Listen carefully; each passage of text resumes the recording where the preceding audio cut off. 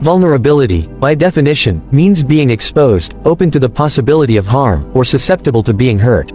But in reality, it is so much more than that.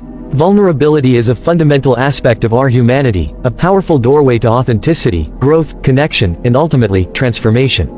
We live in a world that often equates strength with invulnerability, resilience with stoicism, and power with control. But real strength, real resilience, and real power come from embracing our vulnerability, from daring to show up as we truly are, in spite of, and sometimes because of, our imperfections. When we think about vulnerability, many of us may feel a sense of hesitation or even fear. We worry that if we let others see our weaknesses or imperfections, we will be judged, rejected, or even ridiculed. We worry that if we share our struggles, people will perceive us as less than, or incapable. And yet, paradoxically, it is in our vulnerability that we are most relatable, most real, and most impactful. Vulnerability is not a weakness to be hidden, it is a strength to be embraced.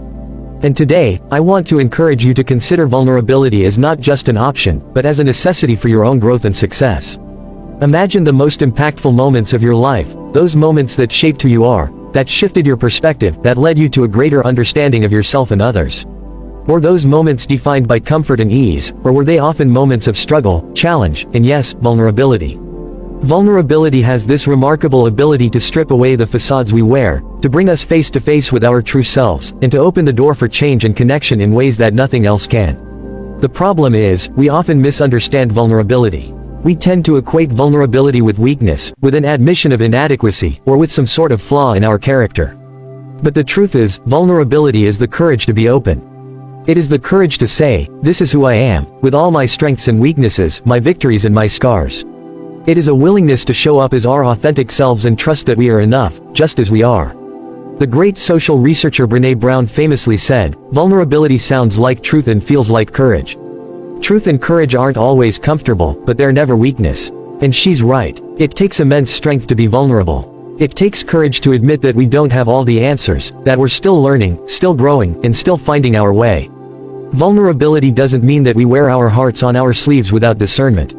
It doesn't mean that we share every intimate detail of our lives with everyone around us. Rather, vulnerability is about allowing ourselves to be seen and known, to share our stories and experiences in ways that foster real connection. It's about stepping beyond our comfort zones and being willing to risk rejection, failure, and even hurt. This is the paradox of vulnerability. By embracing our fears and insecurities, we actually find a deeper, more resilient form of strength. Think about the people in your life who have inspired you the most. Chances are, they are individuals who are unafraid to show you their full, imperfect humanity.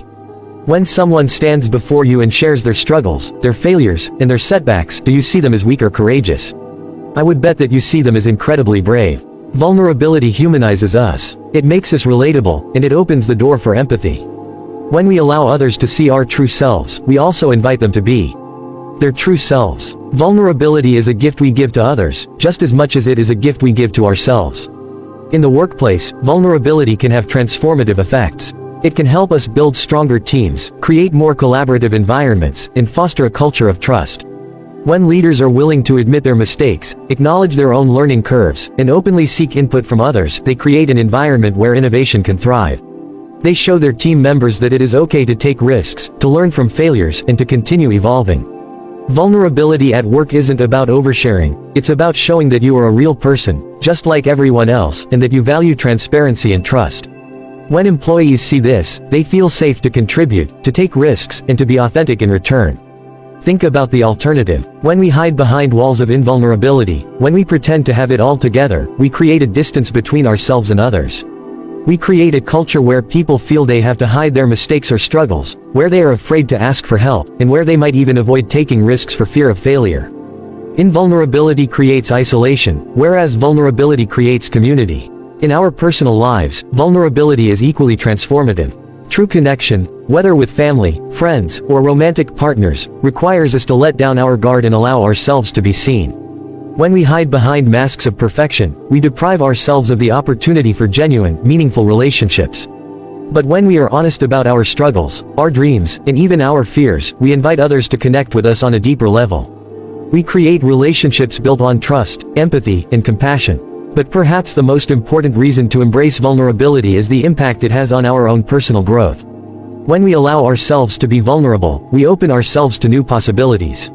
We become more resilient because we learn that we can survive hardship, that we can face our fears and come out stronger. We become more confident because we know that our worth is not defined by perfection, but by our willingness to show up authentically.